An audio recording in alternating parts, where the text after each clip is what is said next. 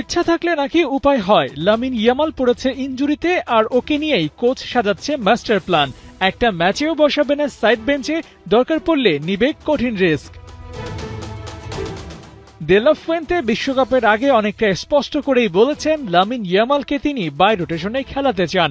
দুর্বল দলগুলোর বিপক্ষে হয় শুরুর দিকে খেলাবেন, অথবা তুলনামূলক বড় দলগুলোর বিপক্ষে নামাবেন ফিনিশিং টাচ দিতে।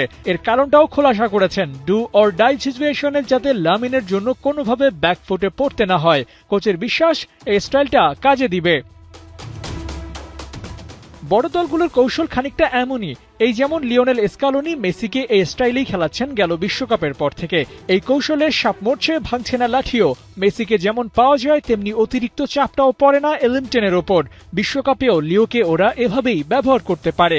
দরকার পড়লে পুরো 90 মিনিটও খেলাবেন স্কালোনি। প্রসঙ্গটা এখন নেইমারের। মেয়ের মাঝামাঝিতে বিশ্বকাপের চূড়ান্ত দল ঘোষণা করতে পারে ব্রাজিল।